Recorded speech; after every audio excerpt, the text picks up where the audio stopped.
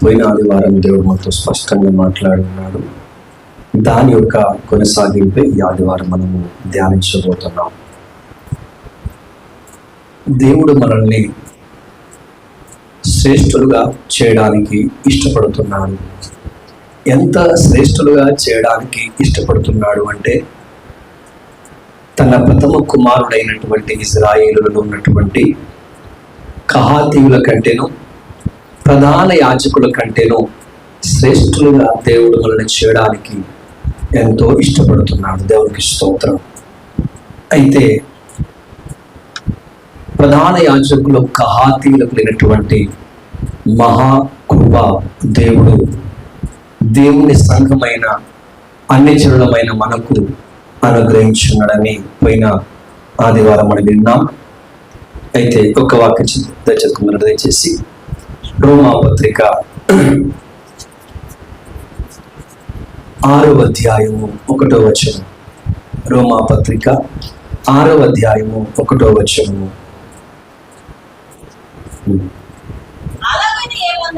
అలాగైన ఏమందుము కృప విస్తరింపవలనని పాపములో నిలిచి ఉందామా? అట్లా అనకూడదు. పాపం విషయమై చనిపోయినటువంటి మనం ఇక మీదట ఎలాగూ దాంట్లో జీవిస్తావు? క్రీస్తు యేసులోనికి బాప్తిస్మం పొందిన మనమందరము ఆయన మరణములోనికి బాప్తిస్మం పొందితరని మనము ఎరుగరా? చాలు. ఇక్కడ అందరికి వచ్చిన ప్రయత్నం.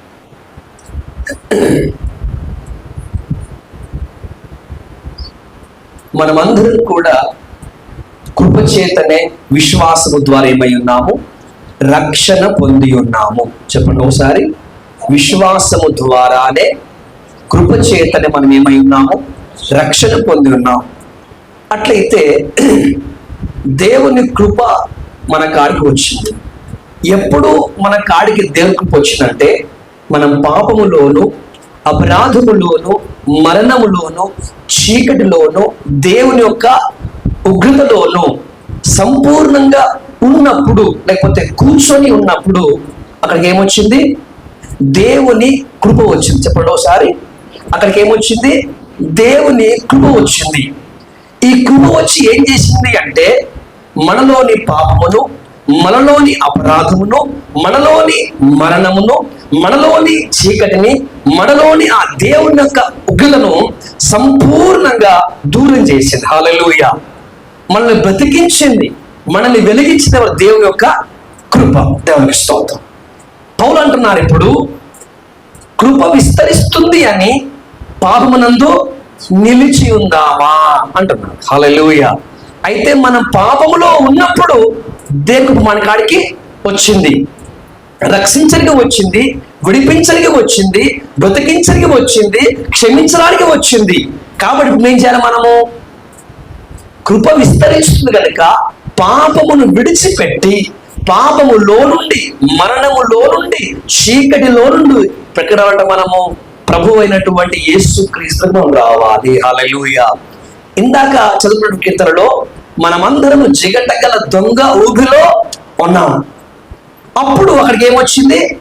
కృప వచ్చింది. ఆ కృప ఏం చేసింది అంటే, బండపై మన పాదములు స్థిరపరిచింది. దేవునికి స్తోత్రం. హల్లెలూయా. కాబట్టి మరలా ఇప్పుడు కృప ఉంది కనుక క్షమించే కృప, బాగు చేసే కృప, ఆదరించే కృప ఉంది అని చెప్పేసి మళ్ళీ ఏం చేయొద్దు? మనము పాపములోకి మనము వెళ్ళొద్దు అని పౌలు గారు తన దేవుడి లేఖనాలు అక్కడ చెప్తున్నారు అన్నమాట. సరే, మంచిది. ఇప్పుడు ఇంకో చిన్న ప్రశ్న, ఓ పాట పాడుకుందాం మనం. ఏంటి? ఓ ఇశ్రాయేలు విను, నీ భాగ్యమెంత చాలు. ఇప్పుడు నా ప్రశ్న ఏంటంటే, ఇజ్రాయేల్ గొప్పల, శ్రేష్ఠుల, లేకపోతే దేవుని సంఘమైన మనం శ్రేష్ఠులమా? నా ప్రశ్న మీకు అర్థమైందా?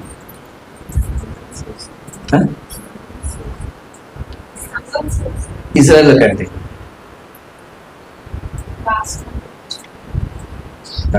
హల్లెలూయా.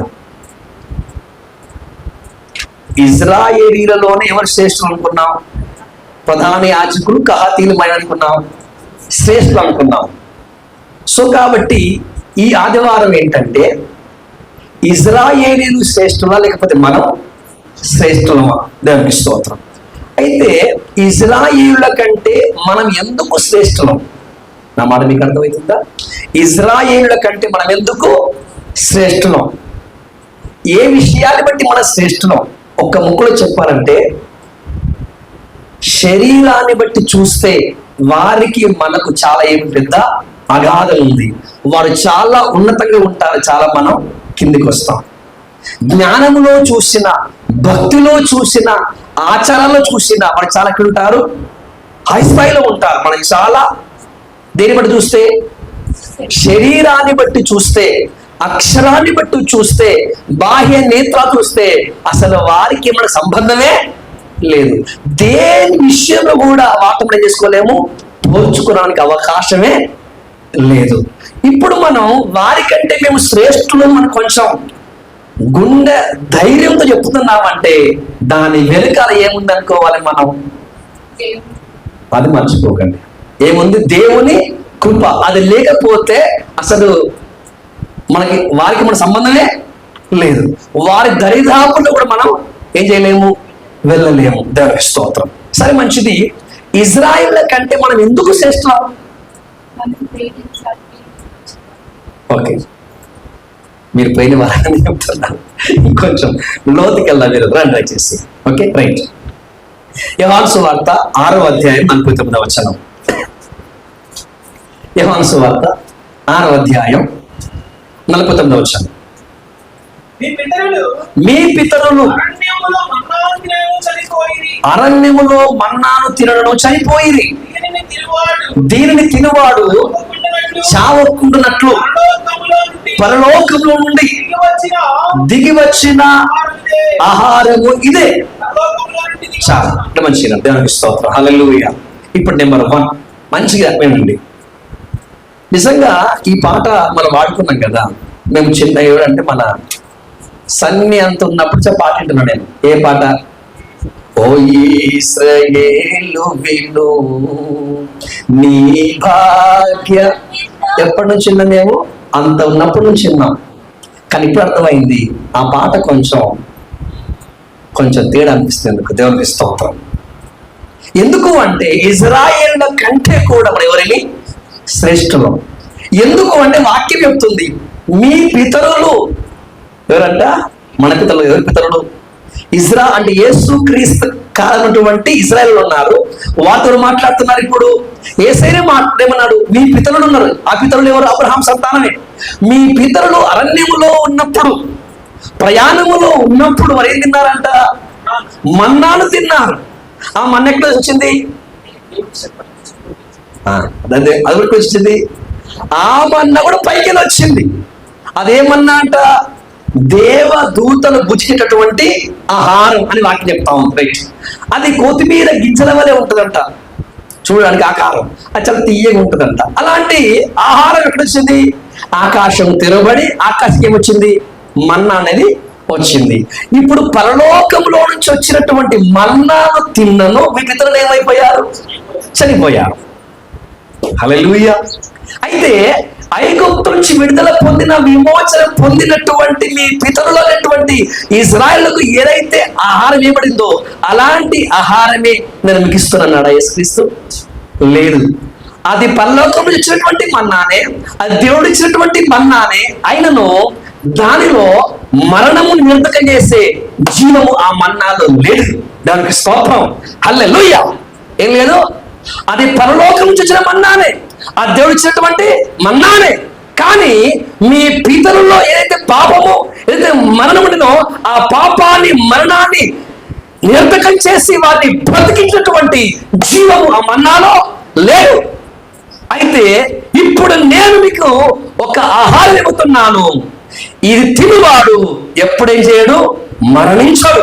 దేవునికి స్తోత్రం, హల్లెలూయా. ఇది ఆ ఆయుర్వేద. ఇప్పుడు ఈ ఆహారం కూడా పరలోకంకి వెళ్ళే వచ్చింది. కానీ ఈ ఆహారము కోతి మీద గింజల్లాగా రాలేదు. ఎట్లా వచ్చింది? ఏమంటారు ఈరోజు వింటారు కదా, బాదం బాదం పప్పుల దాకా రాలేదు, ఇంకెట్లా ఎట్లా వచ్చింది? ఎట్లా వచ్చింది? ఆహారం శరీర దారిగా వచ్చింది. హల్లెలూయా. అందుకన్నాడు, నా శరీరము తిని రక్తం త్రాగువాడు నిత్య జీవం గలవాడు, నేను అనంత దినమున లేపెదను అంటున్నాడు. దేవునికి స్తోత్రం. హల్లెలూయా. కాబట్టి ఇప్పుడు ఇశ్రాయేల్ ప్రజలు మన్నాను తిన్నను, వారు మరణించారు. ఇప్పుడు వాక్యం అంటుంది, ఇప్పుడు నేనేదైతే మీకు మన్నా, అది అంటే మన్నా కంటే శ్రేష్టమైనది ఏంటి? జీవాహారం. ఇప్పుడు చెప్పండి, మన్నాను తిన్నటువంటి ఇశ్రాయేలు ఏమనుకున్నారు? ప్రపంచ దేశాల్లోకి వెళ్ళి మేమే శ్రేష్ఠులం. ఎందుకని? వారు భూమిని పండించి చేసుకుంటున్నారు, భోజనాన్ని తింటున్నారు. మనం మేమేం చేస్తున్నాము? ప్రయాణం చేస్తా ఉన్నాం, పైకి వెళ్ళి ఏమొస్తుంది? కాబట్టి సో మేమే శ్రేష్ఠులం అనుకున్నారు. కానీ ప్రభు ఏమంటున్నాడు? దానికంటే శ్రేష్టమైనటువంటి ఆహారమును నేను మీకు ఇస్తున్నాడు. మరల కింద అంటాడు, ఆహారమును నేనే అన్నాడు. అంతే. దేవునికి స్తోత్రం. ఇప్పుడు చెప్పండి, ఇజ్రాయెల్ శ్రేష్ఠులా, మన శ్రేష్ఠులమా? ఎందుకు? వారికి దొరకని శ్రేష్టమైన ఆహారం మనకు దొరికింది. వారికి పైనుంచే వచ్చింది, మనకు కూడా పైనుంచే వచ్చింది. కాల దూతల ఆహారము. ఇదేమో ఇది దేవుని కుమారుడైనటువంటి యేసు క్రీస్తే సాక్షాత్తు ఆహారముగా మారి మన కోసం వచ్చాడు. హల్లెలూయా. కాబట్టి మన ఎవరిని ఇప్పుడు వారు బలంగా ఉండాలా, మనం బలంగా ఉండాలా? ఎందుకని? వాళ్ళలో జీవం ఉండాలా, మనలో జీవం ఉండాలా? ఎందుకని? అది దేవుని స్తోత్రం. హల్లెలూయా. మనలో మనం జీవం గలవారము కాము, కానీ జీవం ఎందుకుంది? దేని బట్టి జీవం ఉంది అని అంటాడు, మీలో మీరు జీవం గలవారు కారు, నన్ను తినువాడు నా మూలముగా. అంటే నన్ను తింటే ఆ మూలముకి ఏమిస్తుంది? మీకు జీవాన్ని ఇస్తుంది. హల్లెలూయా. ఇప్పుడు నెంబర్ 1 ఎవరు? ఇజ్రాయేళ్ల కంటే మనమే శ్రేష్ఠులం.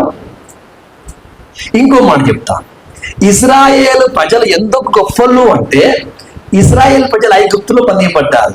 వాళ్ళు ఏమయ్యారు? తర్వాత మోషే నాయకత్వంలో గొర్రె రక్తం బట్టి వారు ఏమయ్యారు? విడిపించబడ్డారు. మరి మనం హల్లెలూయా, మనమైతే అంటే దేవుడు అంటే ఇజ్రాయేల్ ప్రజల యొక్క శరీరాలు విడిపించబడ్డాయి. ఏమి చెప్పండి ఒకసారి? శరీరాలు విడిపించబడ్డాయి. దేశం నుంచి దేశంలోకి వచ్చారు. కానీ మనం అట్లా కాదు. మీరు కొంచెం లోతుగా తీసుకోండి. మనం అట్లా కాదు. మనకున్న విడుదల శరీరానికి సంబంధించింది మాత్రమే కాదు, ఆత్మకు సంబంధించింది, మనసుకు సంబంధించింది, అంతరాత్మకు సంబంధించింది. హల్లెలూయా. ఇంకన్నాడు, యేసు క్రీస్తు రక్తము ద్వారా మీరు పాపము నుంచి విమోచింపబడ్డారు, శాపాల నుంచి విమోచింపబడ్డారు, రకరకాల అన్యజనుల ఆచారాల నుంచి మీరు విడుదల పొందారు. కాబట్టి వారి విడుదల కంటే కూడా మన విడుదల గొప్పది, శ్రేష్టమైంది. వారి కోసమైతే గొర్రెపిల్ల వధింపబడింది, మన కోసమైతే ఎవరు వధించబడ్డారు? యేసుక్రీస్తు దేవుడేమయ్యాడు? వధించబడ్డాడు. దేవునికి స్తోత్రం. ఒక మాట దగ్గర కంటే ముందు అసలు మన ఎవరు ఫస్ట్ మనం గెలవాలి. ఒకసారి చదవండి, యెషయా గ్రంథం 1వ అధ్యాయం 18వ వచనం.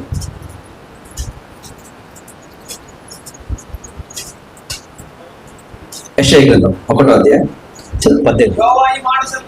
యెహోవా ఈ మాట సెలవిస్తున్నాడు, రండి మన వివాదము తీర్చుకుందాము, మీ పాపములు రక్తము వలె ఎర్రనివైనను అవి హిమము వలె. చాలు. దేవునికి ఏమంటున్నాడు? ఇది వాగ్దానం, ఇది దేవుని యొక్క ఆలోచన, ఈ దేవుని యొక్క ప్రణాళిక. ఏంటి దేవుని ప్రణాళిక? చెప్పండి. మీ పాపములు రక్తము వల్లే ఏమి ఎర్రగా ఉన్నాయి. ఇప్పుడు రెడ్ లైట్ పడితే అందరు ఏం చేస్తుంది? అది సీఎం కార్ అయినా, పిఎం కార్ అయినా, చివరికి ట్రైన్ అయినా సరే అది ఆగదా. ఎర్రబట్టి ఊపితే ట్రైన్ అని ఏం చేస్తాడు? ఆపేస్తాడు. చివరి ఫ్లైట్ అయినా సరే అది ఎగిరే ముందు రెడ్ లైట్ పడింది అనుకోండి, ఆయన చేతులు ఇట్లా కర్రలు ఉంటాయి అనమాట, అది ఎర్రది ఊపితే ఫ్లైట్ మళ్ళీ ఏం చేస్తుంది? ల్యాండ్ అయిపోతుంది. అది పైకి ఎగరదు. కాబట్టి మంచిగా ఇప్పుడు మనము ఎవరివి అంటే ఎర్రని వారం అంటే అర్థం ఏంటి? తెల్లని వారం అని కాదు. తెల్లని వారం అని ఎవరు? మనము ఎర్రని వారము. ఇప్పుడు మనల్ని ఎర్రగా చేసింది ఎవరు? పాపం. ఇక్కడ ఉంది, మీ పాపములు రక్తం వలె ఎర్రగా ఉన్నవి. ఏషావులు అతున్నాం మనం. అల్లెలు ఏషావుకి ఏమంటే ఇష్టం? ఎరుపు అంటే ఇష్టం. కాబట్టి మనం ఎర్రగా ఉన్నాం. ఎందుకు ఎర్రగా అయిదామంటే మనం రెడ్ లైట్స్. ఎవరు మనం? రెడ్ లైట్ అంటే దాని అర్థం ఏంటి? అపాయం. రెడ్ అంటే ఏంటి? డేంజరస్. హల్లెలూయా. కాబట్టి మన పాపములు ఎట్లున్నాయంట? పరలోకానికి డేంజర్ గా ఉన్నాయి. ఇంకో మనిషి అన్నిటికీ ఏముంది? మనం అపాయం. మనం అంటే ఎవరు చెప్పండి ఒకసారి? అపాయం. ఎవరు అపాయం? మనమే అపాయం. కాబట్టి ఇప్పుడు అపాయమైనటువంటి మనలను మన పట్ల దేవుని ప్రణాళిక ఏంటంటే వాక్యం ఉంటుంది. ఏమంటాడు అక్కడ? మీ పాపములు ఎర్రనివైనను అవి హిమము వలె తెల్లనివి అవును. ఇప్పుడు ఒక మాట ఏదన్నా చేసి ప్రకటన గ్రంథం 1వ అధ్యాయం 14వ వచనం. ఆయన తలయు తల వెంట్రుకలను తెల్లని ఉన్నిని పోలినవై ఈమంతయు ధవళముగా ఉండెను. చాలు. ఇప్పుడు యెషయా గ్రంథం 1వ అధ్యాయంలో కనబడింది మనకు. మన పాపములు ఎట్లున్నవి? రక్తం వల్ల ఎర్రగా ఉన్నవి. ఇప్పుడు ప్రకటన గ్రంథములో ఇప్పుడు ఒక తల కనబడుతుంది. ఆ తలకి ఏమున్నాయంట? చక్కటి వెంట్రుకలు. ఆ వెంట్రుకలు ఎలా ఉన్నాయంట? ఇవి ఎవరివి చెప్పండి? ఇప్పుడు ఆ వాక్యానికి ఈ వాక్యానికి సంబంధం ఉందా? హల్లెలూయా. కొంచెం మీకు కథ చెప్తాను. ఇప్పుడు యేసు క్రీస్తు ప్రభుల వారిని చూసి ఒక ఆయన అన్నాడు, బాపూజీ అనే ఉన్నాడు, ఇదిగో లోక పాప భారం మోసుకొని పో దేవుని గొర్రెపిల్ల. Okay, right. ఇప్పుడు ఇదే వచనాలు మనం లేవియకాండం 4వ అధ్యాయంకి వెళితే అక్కడ ఏముంది తెలుసా? చదువు అవసరం లేదు. ప్రధాన యాజకుడు ఎవరు అంటే వారిని ఏమంటారు తెలుసా మీకు? అభిషక్తులు అంటారు. వారిని ఏమంటారు? అభిషక్తులు అంటే ఎవరిని? యాజకుల్ని, ప్రధాన యాజకుల్ని. లేవియకాండం 4వ అధ్యాయంలో ఏమంటారంటే వాళ్ళు ఎవరంట? అభిషక్తులు. అయితే ఈ అభిషక్తులు కానీ తర్వాత ఎవరు మన యాజకులు కానీ లేకపోతే మన ఇజ్రాయెల్ పిల్లలు కానీ అంటే వారు పాపం చేస్తే ఏం చేయాలి? ఆ గొర్రె పిల్ల, ఆ మేక పిల్ల మీద కానీ గొర్రె పిల్ల ఏం చేయాలి? తమ చేతుల నుంచి తమ పాపాన్ని ఒప్పుకోవాలి. ఇప్పుడు ఎవరు మోపుతున్నారు?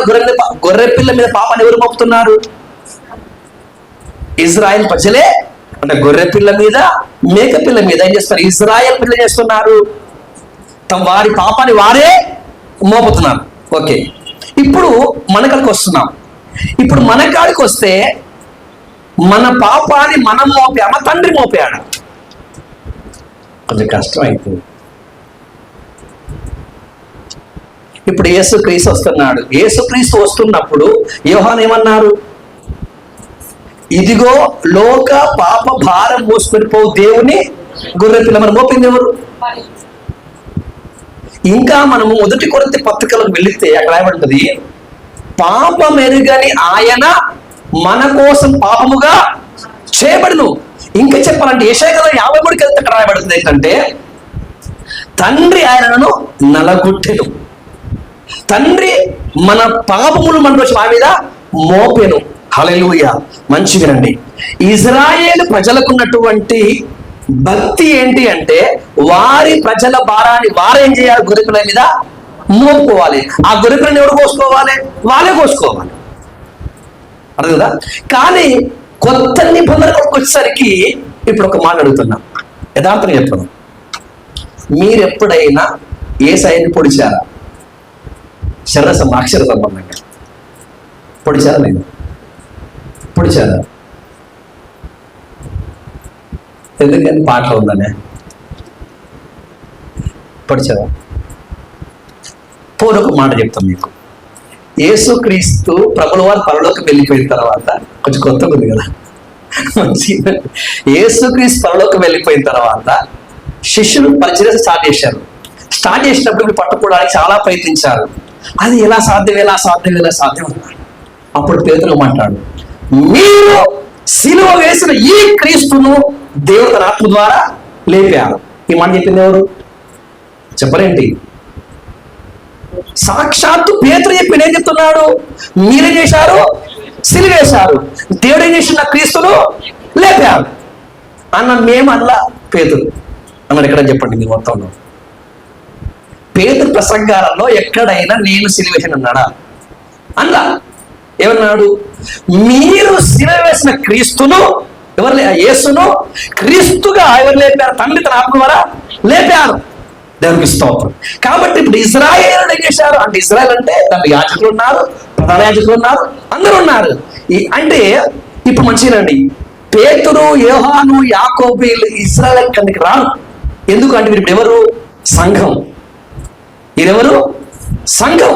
కాబట్టి అంటే ఒకప్పుడు వారు ఇశ్రాయేలులే, కానీ ఇప్పుడు ఏమయ్యారు? వారు ఇశ్రాయేలు నుంచి ఏమయ్యారు? దేనిలోకి వచ్చారు? వాళ్ళు సంఘంలోకి వచ్చారు, క్రీస్తులోకి వచ్చారు. దేవునికి స్తోత్రం. హల్లెలూయా. రైట్. ఇలా ఉండగా ఇప్పుడు వారేమో చంపారు. ఇప్పుడు తర్వాత ఏమైంది? దేవుడు లేపారు. ఇంకో మాట, ఇప్పుడు యేసుక్రీస్తు పరలోకం వెళ్ళిన తర్వాత యోహాన్ గారు ఎక్కడ వేసారంటే పద్మాసలు వేశారు. పద్మాసలు వేసినప్పుడు యోహాన్ గారు ఏమైపోయారు? పరవశం అయిపోయాడు. ఇప్పుడు ఈయన యేసు క్రీస్తు అని ఎలా తెలిసింది? యోహాన్ గారు ఎలా గుర్తుపెట్టారు? నా మాట మీకు అర్థం. మళ్ళీ చెప్తాను. యోహాను గారు శరీరం ఎక్కడ ఉంది? పద్మాసనం ఉంది. ఆయన ఆత్మను బంధించకపోయినారు, పరలోకం వెళ్ళిపోయారు. ఇప్పుడు యోహాను గారు ఎక్కడ తిరుగుతున్నారు? పరలోకం తిరుగుతున్నారు. అలా తిరిగి అలా చూచినది ఏంటి? ప్రకటన గ్రంథం. Okay, right. ఇప్పుడు ఆ ప్రకటన గ్రంథంలో ఈయన యేసు క్రీస్తు అని యోహాను ఎలా గుర్తుపట్టాడు? చదవండి ఒకసారి. యోహాను ప్రకటన గ్రంథం చెప్తారా? చూసే ఎట్లా గుర్తుపట్టాడు? చదవండి ఒకసారి. 14 వచ్చిన. అయ్యో, ప్రకటన గ్రంథం 5వ అధ్యాయం చదవండి. వధింపబడినట్లు ఉండిన గొర్రె పిల్ల నిలుచుండుట చూచితిని. దేవునికి స్తోత్రం. ఇప్పుడు పరలోకంలో గొర్రె పిల్ల ఉంది, మంచిగానండి. ఇప్పుడు బాప్టిజం ఇచ్చే వారికి ఎవరు కనబడ్డారు? యేసు కనబడ్డారు. అపోస్తలుని వారికి ఎవరు కనబడ్డారు? యేసే కనబడ్డారు.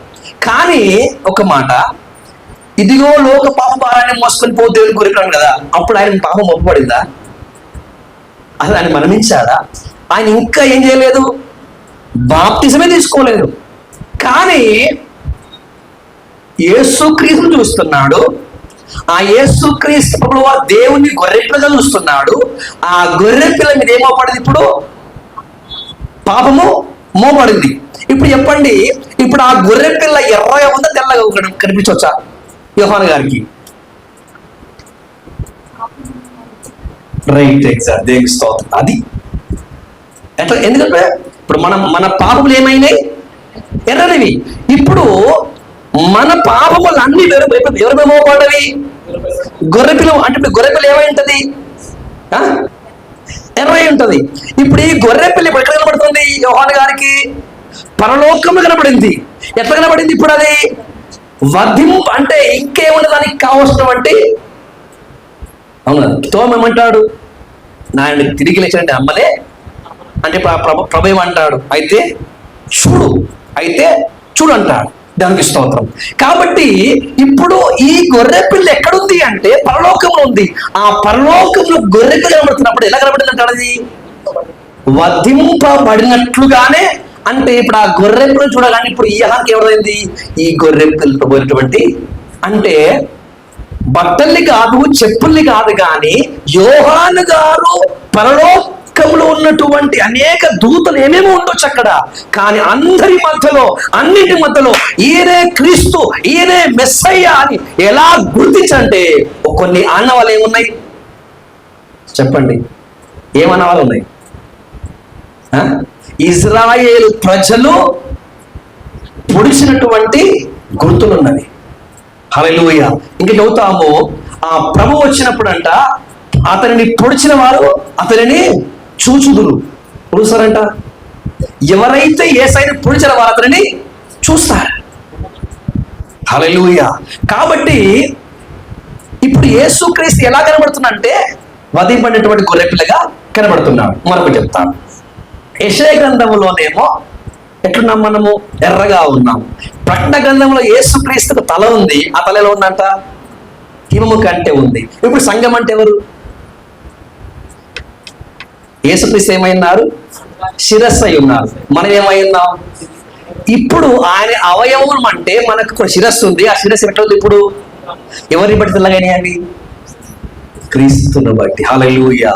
కాబట్టి ఇప్పుడు ఇజ్రాయేలైనా కావచ్చు, సంఘానికి ఉన్న కృప ఏంటి అంటే ఒక మందిరానికి వెళ్ళి 4 పాటలు పాడి కొంచెం వాక్యం మీద రావడం కాదు. ఏంటి? క్రైస్తవ జీవితం. హల్లెలూయా. అయితే మనము మన పాపము రక్తం వల్ల ఎర్రనివి, కానీ ఎప్పుడైతే మనం క్రీస్తు అనే బండలకు వస్తున్నామో, హల్లెలూయా, ఆ క్రీస్తు ద్వారా, ఆ క్రీస్తు వాక్యము ద్వారా, ఆ క్రీస్తు రక్తం ద్వారా కడగబడి మలచబడి ఎట్లా మనము యేసు క్రీస్తు వల్ల తెల్లగా మనం మార్చబడాలి. దేవునికి స్తోత్రం. హల్లెలూయా. సో కొంచెం మీకు లోటు మీకు అర్థం కదా, నాకు కంప్లీట్ అర్థమైంది. ఇంక ముందు పోతే ఇదే కొంచెం కష్టంగా ఉంది కదా. సరే, తర్వాత ధ్యానిద్దాం. సరే, నెంబర్ 1 ఏంటి? పితరులకు ఏమి ఇచ్చాడు దేవుడు? మన్నాను ఇచ్చాడు. మనకేమి ఇచ్చాడు? జీవాహారం ఇచ్చాడు. అంటే అర్థం ఏంటంటే తన కుమారుణ్ణే ఆహారంగా దేవుడు మనకు ఇచ్చాడు. కాబట్టి వారికంటే మన ఎవరివి? శ్రేష్ఠులం. నెంబర్ 2, ఇప్పుడు రాజుల గ్రంథము 2వ రాజుల గ్రంథం 2వ అధ్యాయం 9వ వచనం.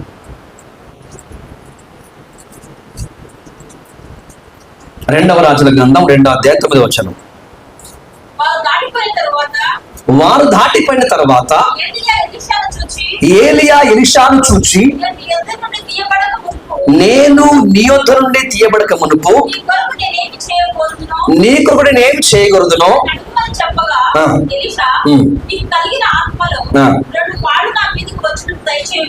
చాలు. దాని స్తోత్రం. ఇది అందరికి తెలిసిందే. ఏలియా సంఘం, ఎలీషా సంఘం చాలా సార్లు వినే ఉన్నారు.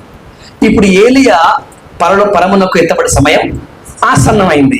అప్పుడు శిష్యుడైనటువంటి ఎలీషా ఎవరిని అడిగాడు? ఏలిని అడిగాడు. ఏం కావాలి, ఏం కావాలంటే అన్నాడు, నీలో ఎంత ఆత్మ అయితే ఉందో అది ఎన్ని పాలు అంట? 2 పాలు. నీ దగ్గర 10 ఉంటే నాకు ఎంత కావాలి? 20 కావాలి. 2 ఉంటే ఎంత కావాలి? 4 కావాలి. 1 ఉంటే ఎంత కావాలి? 2 కావాలి. కాబట్టి నీకు ఎంతైతే ఆత్మ అది 2 నాకు కావాలి అని ఎవరు అడిగారు? ఎలీషా అడిగాడు. అప్పుడు ఏలి ఏమన్నాడు? ఓ అంతేనా, ఇంకా వెండో బంగారం అడిగితే కష్టం అనుకున్నాడు కానీ అన్నాడా? నీవు ఏది అడిగినా ఇచ్చుతోంది, కానీ నువ్వేమడిగినావు? కష్టతరమైంది ఏదైతే ఇవ్వలేనో అదే నీవు అడిగావు అని ఏలియా అంటా ఉంటాడు. ఇద్దరు మాట్లాడుతున్నప్పుడు ఏమవుతుంది? ఏలియా ఎత్తబడతాడు. అగ్ని రథాలు వచ్చి ఏలియా తీసుకొని పోతాయి. ఆ తర్వాత ఎలీషాకి ఏమొస్తుంది? దుప్పటి వస్తుంది. ఒక్కంత వచ్చి 2 అంతస్తులు వస్తుందా? 2 అంతలు వచ్చింది. అందుకే ఏలియా కంటే కూడా ఎలీషా 2 అద్భుతాలు, 2 అంతల పరిచర్య కూడా ఆయన చేశాడు. ఇప్పుడు యోహాను సువార్త 3వ అధ్యాయం 34 చదవండి. యోహాను సువార్త 3వ అధ్యాయం 34 నుంచి. ఆయన సాక్ష్యము అంగీకరించినటువంటి వాడు,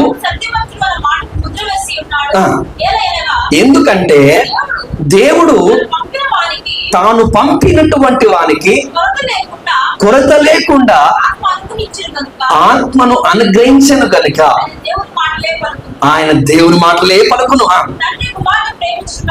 తండ్రి కుమారుణ్ణి ప్రేమించున్నాడు కనుక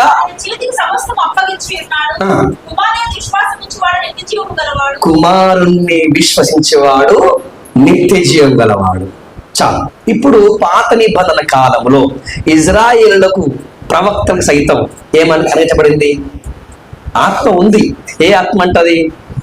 కొలతలతో కూడినటువంటి ఆత్మ. కానీ ఇప్పుడు యేసు క్రీస్తు ద్వారా సంఘానికి అనుగ్రహించబడ్డ ఆత్మ ఏంటిదంట?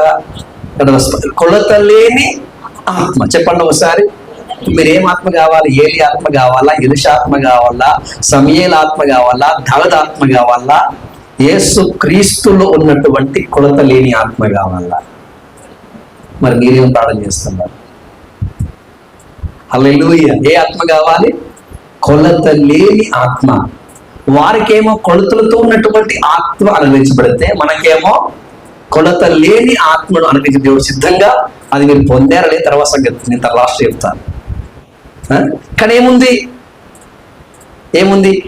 ఆత్మ అయితే ఎవరిలో ఉంది? క్రీస్తులో సంపూర్ణంగా ఉంది. రైట్. మూడవది, నెంబర్ 3, కొరింథీ పత్రిక, 2వ కొరింథీ పత్రిక 3వ అధ్యాయం 7వ వచనం.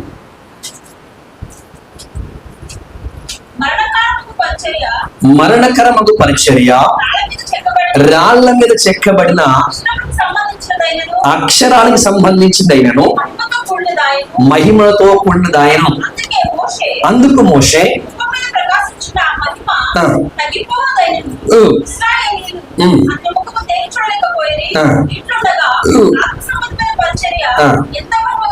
చాలా ఇక్కడ మంచిదండి. ఇప్పుడు ఇజ్రాయేల్ ప్రజలకంట ఏమియబడిందంట? పరిచర్య, లేకపోతే వాక్యం, లేకపోతే ధర్మశాస్త్రం ఇయ్యబడింది. ఎక్కడ ఇయ్యబడిందంట? రాళ్ళ మీద ఇయ్యబడింది. ఎవరి ద్వారా ఇయ్యబడింది? మోషే ద్వారా ఇవ్వబడింది. ఓకే, దేవుడు ఇచ్చాడు. దేనిపై ఇచ్చాడు? రాళ్లపై ఇచ్చాడు. ఎవరి ద్వారా ఇచ్చాడు? మోషే ద్వారా అనుగ్రహించాడు. హల్లెలూయా. అయితే ఆ రాళ్ళను తీసుకొని వస్తున్నప్పుడు, ఆ ధర్మశాస్త్రాన్ని తీసుకొని వస్తున్నాడు, మోషే ముఖం ఏమైందంట? ప్రకాశించింది, ప్రజ్వలిల్లింది. కాబట్టి ముఖంపై వేసుకున్నాడు, ఆయన ముసుకేసుకున్నాడు. కానీ ఏ పరిచర్య అంటే? మహిమ గల పరిచర్యనే. కానీ ఏముంది? మరణమే ఉంది. అది అంటాడు, కిందికి అంటాడు, అది మరణకరమగు పరిచర్య అంటాడు. ఏ పరిచర్య అది అంటే? అర్థం ఏంటి? ధర్మశాస్త్రం ఉందా లేదా? ఉంది. రాళ్లపై ఉందా లేదా? ఉంది. అది వారి మధ్యలో ఉందా లేదా? ఉంది. కానీ ఏముంది? పాపమును, మరణాన్ని నిర్ధకం చేసే పరిచర్య అని కాదు. కానీ ఏముంది అక్కడ? మహిమ అయితే ఉంది, కానీ నిత్య మహిమ ఇచ్చే పరిచర్య మాత్రం అది కాదు. హల్లెలూయా. కానీ ఇప్పుడు మనకిచ్చిన పరిచర్య ఏంటి? మనకిచ్చిన వాక్యం ఏంటి? 3వ అధ్యాయం 7వ వచనం. చూడండి సార్.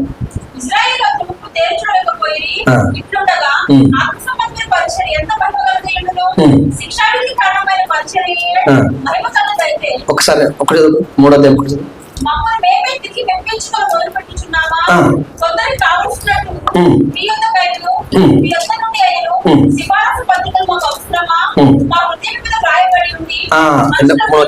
అది 2వ వచనం. మా హృదయములు రాయబడి ఉండి మనుషులందరూ తెలుసుకొనొచ్చు, చదువుకొనుచున్న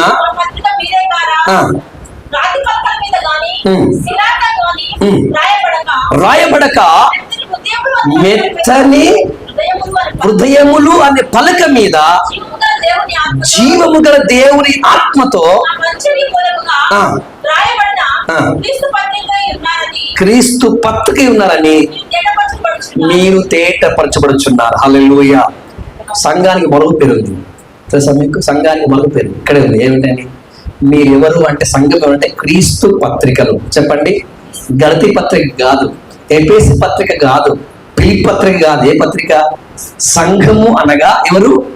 క్రీస్తు పత్రిక. ఎట్లా క్రీస్తు పత్రిక అవుతున్నాం అంటే, పాటలు పాడి కాదు, ప్రార్థించి కదంట. దేవుడు వేసినంట వాళ్ళకి ఎట్టిచ్చాడు? మోషే ద్వారా ఇచ్చారు. దేనిపై ఇచ్చారు?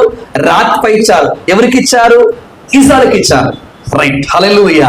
ఇప్పుడు దేవుడిని సంఘానికి ఇచ్చినటువంటి కృప ఏంటని చూస్తే, ఎక్కడంట? రాతి హృదయాన్ని తీసివేసి దేవుడు ఏమి ఇచ్చాడంటే మెత్తటి హృదయాన్ని ఇచ్చిండు.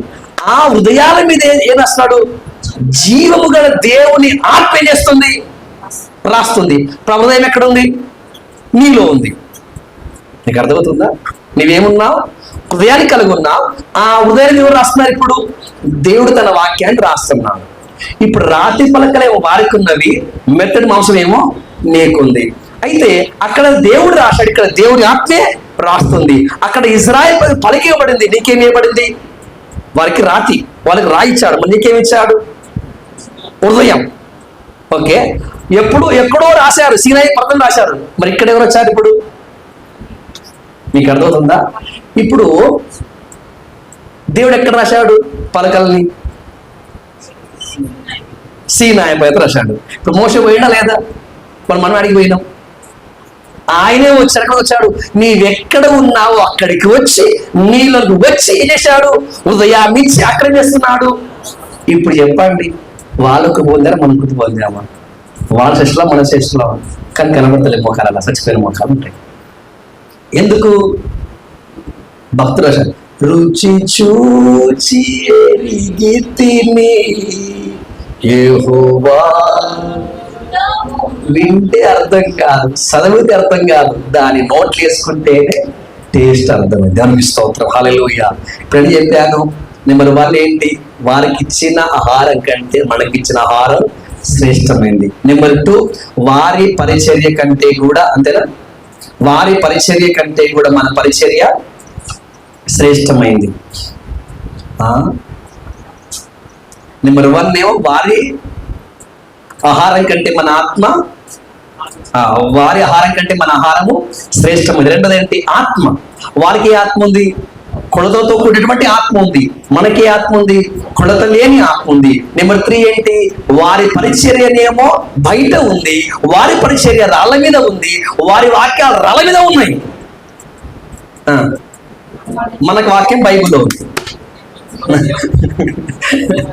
హల్లెలూయా. ఎవరు రాస్తున్నారు అది? ఆయన దేవుని ఆత్మ చేస్తున్నారు, రాస్తున్నారు. ఇప్పుడు ఈ 3 బట్టి చెప్పండి. ఓ ఇశ్రాయేలు విను నీ అని చెప్పొచ్చా? నా భాగ్యం గొప్పలు చెప్పకూడదు. ఈ ధైర్యం మనకు రావాలి. ఇంకోటి చెప్పి ముంచేస్తాను. రైట్. వారికి కూడా ఏముంది? మందిరం ఉంది. ఆ మందిరం ఎవరు కట్టారు? సొలొమోను కట్టాడు. అవును కదా? ఎట్లా కట్టిండు? అందమైనటువంటి సౌందర్యమైనటువంటి రాళ్ళతో కట్టిండు. ఆ తర్వాత ఏమైంది? కాలంలో చెప్పాడు, రాయిని రాయిలో ఉన్నప్పుడు ఏమైతుంది? ఇది కూలిపోతుంది. నిజం కూలిపోయింది లేదా? ఎందుకు కూలిపోయింది ఆ మందిరం? ఎందుకు కూలిపోయింది ఆ మందిరం? కాదు, ఒక మందిరం కట్టబడాలంటే ఆ మందిరానికి ఏముండాలి? ఒక మూలరాయి ఉండాలి. కానీ ఇజ్రాయేల్ ప్రజలు మూలరాయిని తోసేశారు. మీకు అర్థమవుతుందా? ఇప్పుడు మూలరాయి పోతే మందిరం ఎటు ఉంటుంది? అవునా కాదా? ఆత్మ సంబంధమైన పరిచర్యకైనా ఏ పరిచర్య మూలం ఏంటి? యేసుక్రీస్తే మూలం. కాబట్టి ఇప్పుడు ఇజ్రాయేల్ చేశారు, మూలరాయినే తోసేశారు. ఇప్పుడు ఆ మూలరాయి పోతే మందిరం ఏమైపోయింది? ఆ మూలరాయి సేవైనటువంటి కొన్ని రోజుల్లోనే మందిరం ఏమైపోయింది? కూలిపోయింది. అయితే ఇప్పుడు ఏ మందిరమై ఏ రాయి అయితే వాళ్ళు తీసేశారో ఆ రాయి మనం చేసా ఇప్పుడు అంగీకరించుకున్నాం. హల్లెలూయా. ఆ మందిరమేమో జ్ఞాని అయినటువంటి సొలొమోను కడితే, మరి ఈ మందిరాన్ని ఎవరు కట్టారు? ప్రభు అన్నాడు, నేను నా మందిరమును కట్టుదును అన్నాడు. ఆ మందిరమేమో సొలొమోను కట్టాడు. అంటే ఇశ్రాయేలు మందిరమేమో సొలొమోను కట్టాడు. ఈ నిబంధన, కొత్త నిబంధన మందిరాన్ని దేవుడు కడుతున్నాడు. దేవుని ఆత్మ కొడుతుంది, దేవుని వాక్యం కడుతుంది. హల్లెలూయా. ఇప్పుడు చెప్పండి, ఏ రకంగా పోల్చుకున్నా ఇశ్రాయేళ్ల కంటే కూడా, కహాతీయుల కంటే కూడా, ప్రధాన యాజకుల కంటే కూడా నేడు ఉన్నటువంటి సంఘమే శ్రేష్టం. ఇంకో మాట చెప్తే చెప్పనా? మనం అందరూ ఎవరు అంటే బైబిల్లో ఉంది, మనం ఏర్పరచబడ్డవారు. మనము ఏర్పరచబడ్డవారు. దేవుడు ఏర్పరచుకున్నాడు బుద్ధిమంతుల్ని, జ్ఞానవంతుల్ని, బలవంతుల్ని, తెలివిమంతుల్ని ఏర్పరచుకున్నాడు. అట్లనే బైబిల్లో ఏముంది? మరి బలవంతులైనటువంటి వారిని దేవుడు బలహీనుల్ని ఎంచుకున్నాడు. జ్ఞానులైనటువంటి వారిని సిగ్గుపడి దేవుడు ఎంచుకున్నాడు. వెర్రి వారిని ఎంచుకున్నాడు. రైట్. ఇప్పుడు యెషయాకి ఎంతమంది కొడుకులు? యెషయాకి ఎంతమంది కొడుకులు? ఇది కష్టం. యెషయా తెలుసు ఎవరో? యెషయా ఎవరు? యెషయా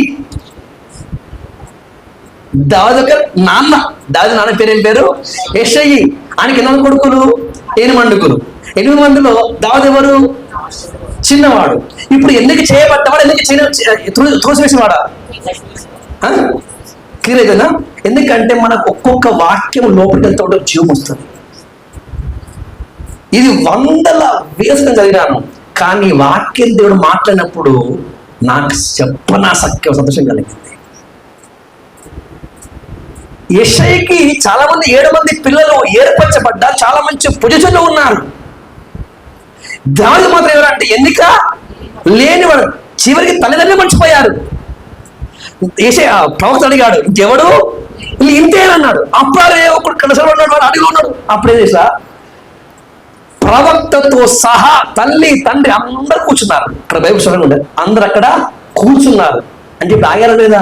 ఎవరి కోసం ఆగారు?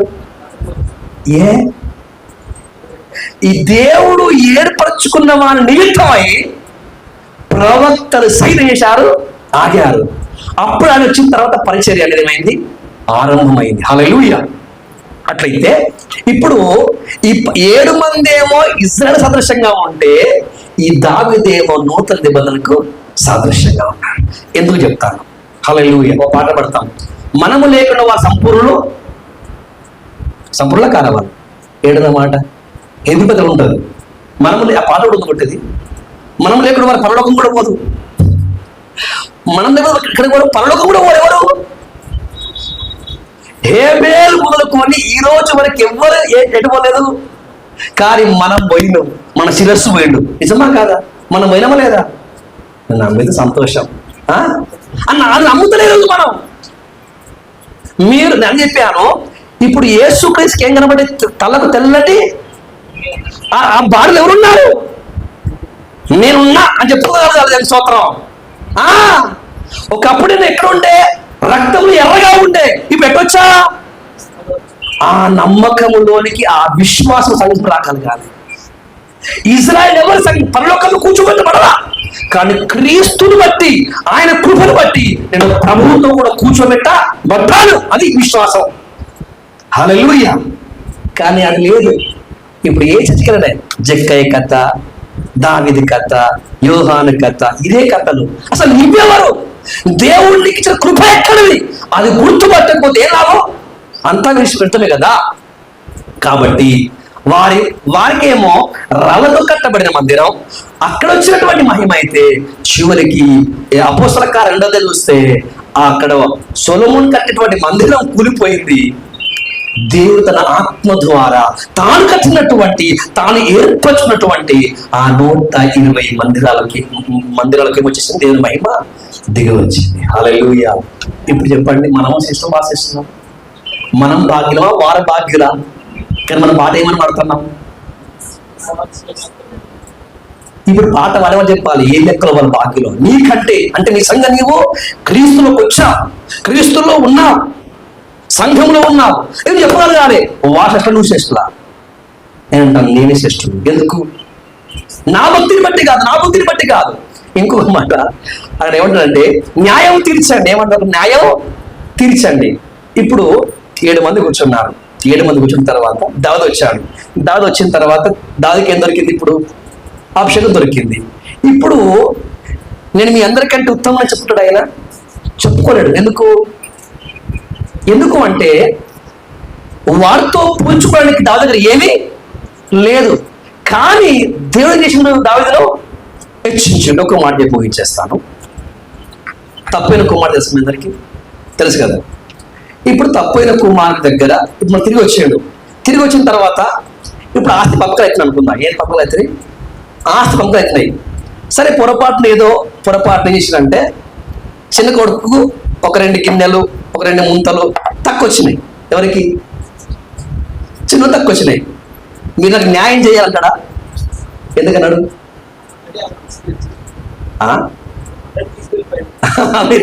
దేవునికి స్తోత్రం. ఇప్పుడు చిన్న కుమారుడికి ఏం లేదు, న్యాయం చేయని అధికారం లేదు. నా మాట వింటున్నారా మీరు? నాకేం చెయ్యు, నాకు న్యాయం తీర్చు అని అడిగే అధికారం లేదు. అటు దావీదుకి లేదు, ఇటు తక్కువ కుమారుడికి లేదు, ఇప్పుడు మనకు కూడా లేదు. ఎందుకు అంటే మనం ఆ ప్రత్యక్ష వారమే. హల్లెలూయా. ఏ అర్హత లేదు, మనం రక్తాన్ని బట్టి ఎర్రపైనటువంటి వారం. కానీ పెద్ద కుమారుడి కంటే కూడా అన్నింటి దేవుడు మనం ఏం చేశాడు? హెచ్చించాడు, కృపనిచ్చాడు, బలమునిచ్చాడు. ఇంత శ్రేష్ఠత పెట్టిన తర్వాత హల్లెలూయా. ఇప్పుడు అసలు మనం అన్యాయం, మనం డేంజర్. దేవుడు వేసుకొచ్చాడు, ఇప్పుడు న్యాయం చేసుకుంటూ వచ్చాడు. కాబట్టి న్యాయం చెయ్యండి తండ్రి అని అడిగే సవాలే మనకు రాదు. ఇక వస్తే నాకైతే రాదు, నాకైతే రాదు. ఎందుకని నాకు న్యాయం చేయాలంటే ఏం చేయాలి నేను చెప్పాలా? దేవా నాకు న్యాయం చెయ్యి అని అడగాలంటే దేవుడు ఏం చేస్తాడు తెలుసా? పోయి అగ్గిగుండం వేస్తాడు. కాదు చెప్పండి మీరు, నేను చేసే పాపానికి దేం రావాలి మనకు? అగ్నిగుండం. ఏదే న్యాయం, అదేంటి న్యాయం. కానీ దేవుడు ఏం చేశాడు? ఇంత శ్రేష్టంగా వస్తే నాకు న్యాయం చేయడం అడిగే అర్హత మనకైతే లేదు. దేవునికి స్తోత్రం. కాబట్టి ఒక మాట చెప్తా, కొన్నిసార్లు మన సిగ్నల్ కలవదు తెలుసా మీకు? మనకేం కలవవు, సిగ్నల్ రావు. ఇప్పుడు మొన్నటి నుంచి ఇది 3 నెలలకు 6 నెలలకు 3,000 చిల్లర కడుతున్నాం. దేనికి? వైఫై కోసం. అప్పుడు ఇప్పుడు ఈ పరిచర్య అంత ఆన్లైన్ పరిచర్య అంత ఎప్పుడు స్టార్ట్ అయిందంటే 6 నెలలకు 3,000 చిల్లర కడుతున్నప్పటి నుంచి మాకు ఇప్పుడు ఏమొస్తుంది?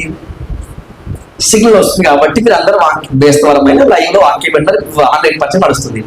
ఒకవేళ పొర్రపాటున ఆగిపోతే, అది ఫెయిల్ అయిపోతే ఆన్లైన్ పరిచర్య లేదు.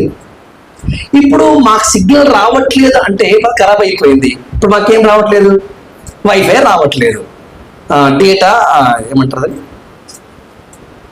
సిగ్నల్ ఏమంటారు కదా, డేటా రావట్లేదు.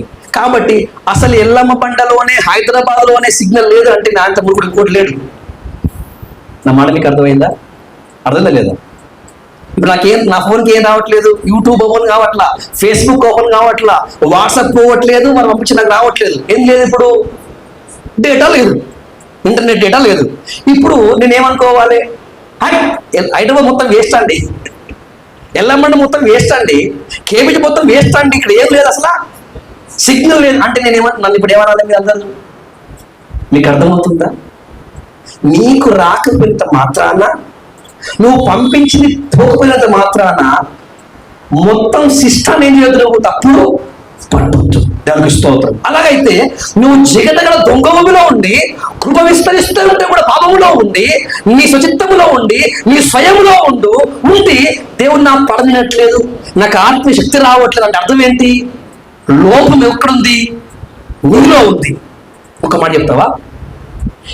అంటే ఇశ్రాయేలుల కంటే కూడా, కహాతీయుల కంటే కూడా ప్రధాన ఇంత కృప దేవుడు ఇంత భాగ్యం ఇచ్చి ఉండగా ఆ భాగ్యం నష్టపరిచేది కొన్ని చెప్తా, లేకపోతే అన్యాయం చేసినప్పుడు అవుతా. త్రాగుడు, జూదం, సినిమాలు, సీరియళ్ళు, ఇంకేంటి అబద్ధం, స్వార్థం, ఇలాంటివి కదా. ఈ పాపాలు తెలుసు మీ అందరికీ. ఇన్ని పాపాలు ఏం డేంజర్ అనే పాపం? త్రాగుడా, జూదమా, వ్యభిచారమా, మోసమా, అబద్ధమా? ఏది డేంజర్ పాపం? ఒప్పుకోవడం పాపం. ఇంకా సిస్టర్ చెప్పండి, ధ్యానం చేయండి. ఎందుకంటే మనం పరలోకం అనుకుంటాం కదా, ఇప్పుడు ఆత్మీయంగా పరలోకం ఉన్నాం, రేపు ఎట్లా పోదాం? శరీరంతో పోవాలి పరలోకానికి. ఇప్పుడు ఆత్మలో పోయాం, సెకండ్ ఎట్లా పోవాలి? మహిమ శరీరంతో పోవాలి.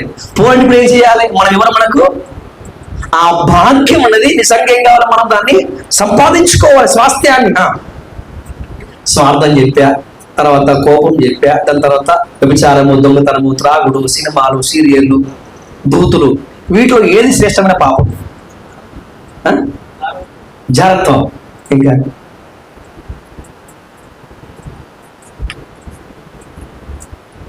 నేను చెప్పనా నేను అర్థమైంది నాకు అంటే స్వచిత్తం. ఏంటి?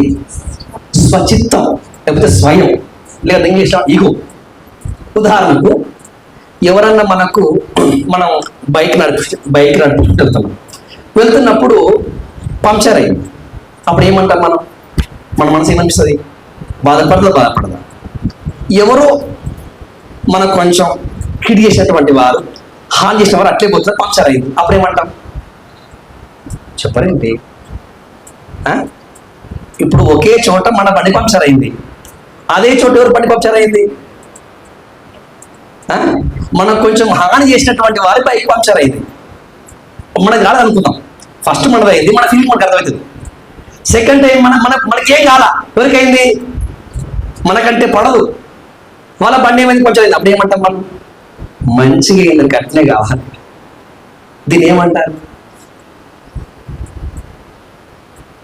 ఇది యేసు మనసా నీ మనసా? నీకైతేనేమో న్యాయం మాట్లాడతాం, పక్కనికైతేనేమో అన్యాయం మాట్లాడతాం.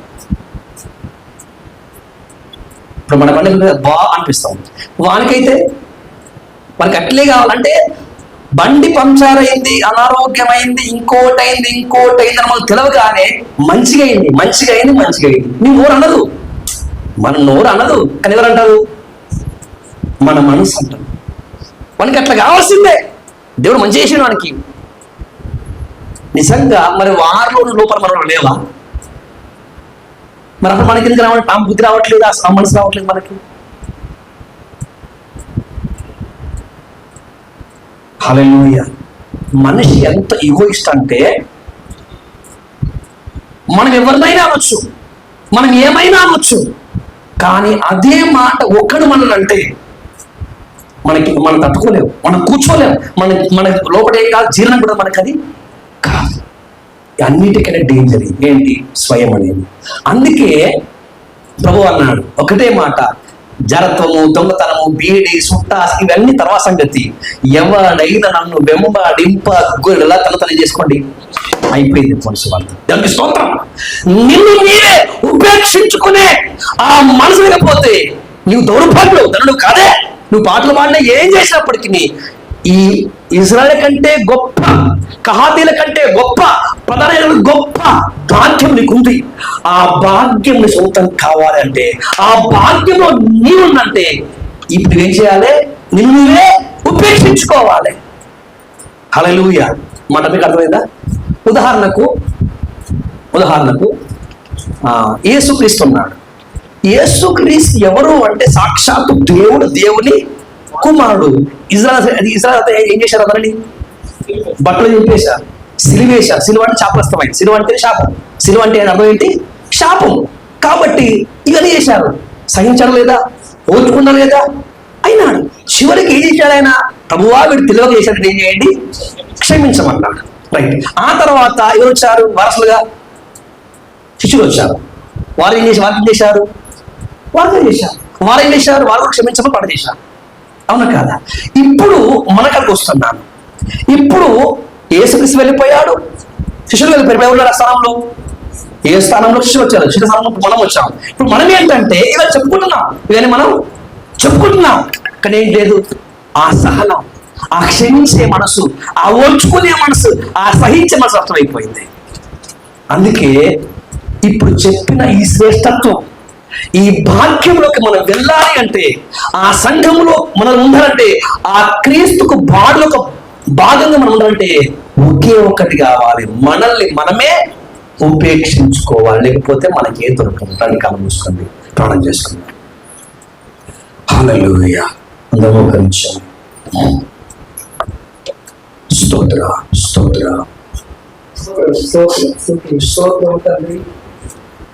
పరిశుద్ధుల చేస్తున్నాం. అల్పులను, దౌర్భాగ్యము, మా పరిస్థితి దొంగ ఊపిరి నుంచి విడిపించి క్రీస్తు అనే బండ మీద నిలబెడుతున్నందుకు నీకు వందనాలు, కృతజ్ఞతలు చెల్లిస్తున్నాను ప్రభా. తండ్రి మీకు వందనాలు. పరిశుద్ధుల దేవదూతలు పిలిచినటువంటి ఆహారం ఇశ్రాయేలు ప్రజలకు ఇచ్చారు కానీ మా ప్రభా. తండ్రి మీకు వందనాలు. ఆహారంగా మారిన మా తండ్రి నీకు కృతజ్ఞతలు అవసరం. తండ్రి ఈ భాగ్యము, ఇశ్రాయేలు లేని భాగ్యం మీరు మాకు అనుగ్రహించినందుకు మీకు మెరుగైన చేస్తున్నాం ప్రభా. తండ్రి మీకు వందనాలు. ఇదిగో మా తండ్రి ఎలీషకు తండ్రి రెండంతర ఆత్మను కనిపించినారని మా ప్రభా. కొరతలైన ఆత్మలు మీరు మాకు అనుగ్రహిస్తున్నందుకు కొందరు తండ్రి. ఆ ఆత్మను మేము నాయన నింపబడి మేము ఈ భూమి మీద నడవలేనంత వారినంతగా మీరు మాకు అనుగ్రహించాలి. ఎందుకంటే మా ప్రభా తండ్రి రెండంతర ఆత్మ పొందిన ఎలీషా యోర్దాను దాటాడు కానీ మా ప్రభా మేడగదిలో ఉన్నటువంటి ఆత్మ పొందిన వారు మా ప్రభా అగ్ని జ్వాలలతో నింపబడి మా ప్రభా ఆ గదంతా, ఆ ప్రాంతం అంతా వెలిగించినట్టుగా వస్తున్నాం ప్రభా. తండ్రి కొందనాలు ఈ వాక్యముకై మీకు వెళ్ళలేని వందనాలు కృతజ్ఞతలు చెల్లిస్తున్నాం ప్రభా. సొలొమోను కట్టినటువంటి ఆలయంలో యాజకులు నిలవలేనటువంటి పరిస్థితి కనబడాలి కదా మా ప్రభా. నీకు వందనాలు నాయన. అదొకప్పుడు కట్టిన నిలవలేని ఆలయం కూలిపోయింది కానీ మా ప్రభా. అసకుత్తముల చేత కట్టబడినటువంటి ఆలయం మీరు నివసిస్తానని మమ్మల్నే మీ ఆలయంగా మార్చుకున్న దేవా నీకు వందనాలు కృతజ్ఞతలు చెల్లిస్తున్నాం ప్రభా. ఈ యోగ్యతలన్నీ ఈ అర్హతలన్నీ మా ప్రార్థన బట్టి మా జపతపాన్ని బట్టి కాదు కానీ మా ప్రభా తండ్రి నాయనా మీకు నాకు తెలుస్తున్నాం తండ్రి.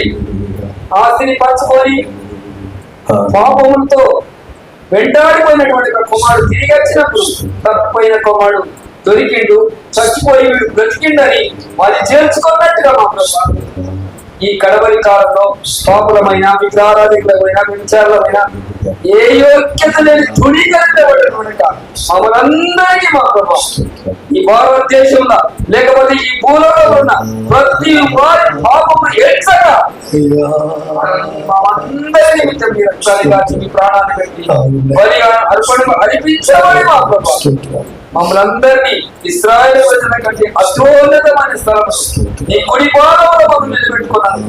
నీకు వందనాలు. నిలబడ్డామని గర్వించడం కాదు కానీ పౌరాటాడు ఏరు మిమ్మల్ని భరిస్తోని కనుక వేరు మిమ్మల్ని భరిస్తోని కనుక తండ్రి మేము వారు ఏకమై విశ్వసించే కృతజ్ఞగా ఉండే వాక్యం ఒక రోజు కళ్ళారా చూడబోతున్నాం కనుక ఈ బాధ్యతలన్నీ యోగ్యతలన్నీ మీ ద్వారా మమ్మల్ని కలిగిందని ఎల్లప్పుడూ మమ్మల్ని మేము తగ్గించుకుంటున్నాం తండ్రి. ఆ సేవ మార్గంలో ఇక్కడ కూర్చున్న బిడ్డలకు లైవ్ లో వినబడినకు మనోనేత్రం తెరవబడి మనసును విప్పబడి హృదయాలు కలిగించబడి ఆత్మచేత నడిపింపబడ్డకు మీలో మేము సాగిపోవడం నీకు సమృద్ధిగా సహాయం చేయమని యేసు పరిశుద్ధ నామమున బతిమలాడి ప్రార్థిస్తున్నాం మా తండ్రి. ఆమేన్. తండ్రి దేవుని ప్రేమ, కుమారుడైన యేసుక్రీస్తు కృప, పరిశుద్ధాత్మ కలిగిన సహవాసము కూడి వచ్చిన అందరికీ, సర్వాధిక సంఘానికి, సకల పరిశుద్ధులకు మరి ప్రాముఖ్యంగా ఆన్లైన్లో ఉండి వాక్యాన్ని విని దానిని అంటించి బిడ్డకు కలపడం అనిపించును గాక. ఆమేన్. యేసు ప్రభు యేసు నామమున సర్వత్మ సంపూర్ణ జీవం కలుగును గాక.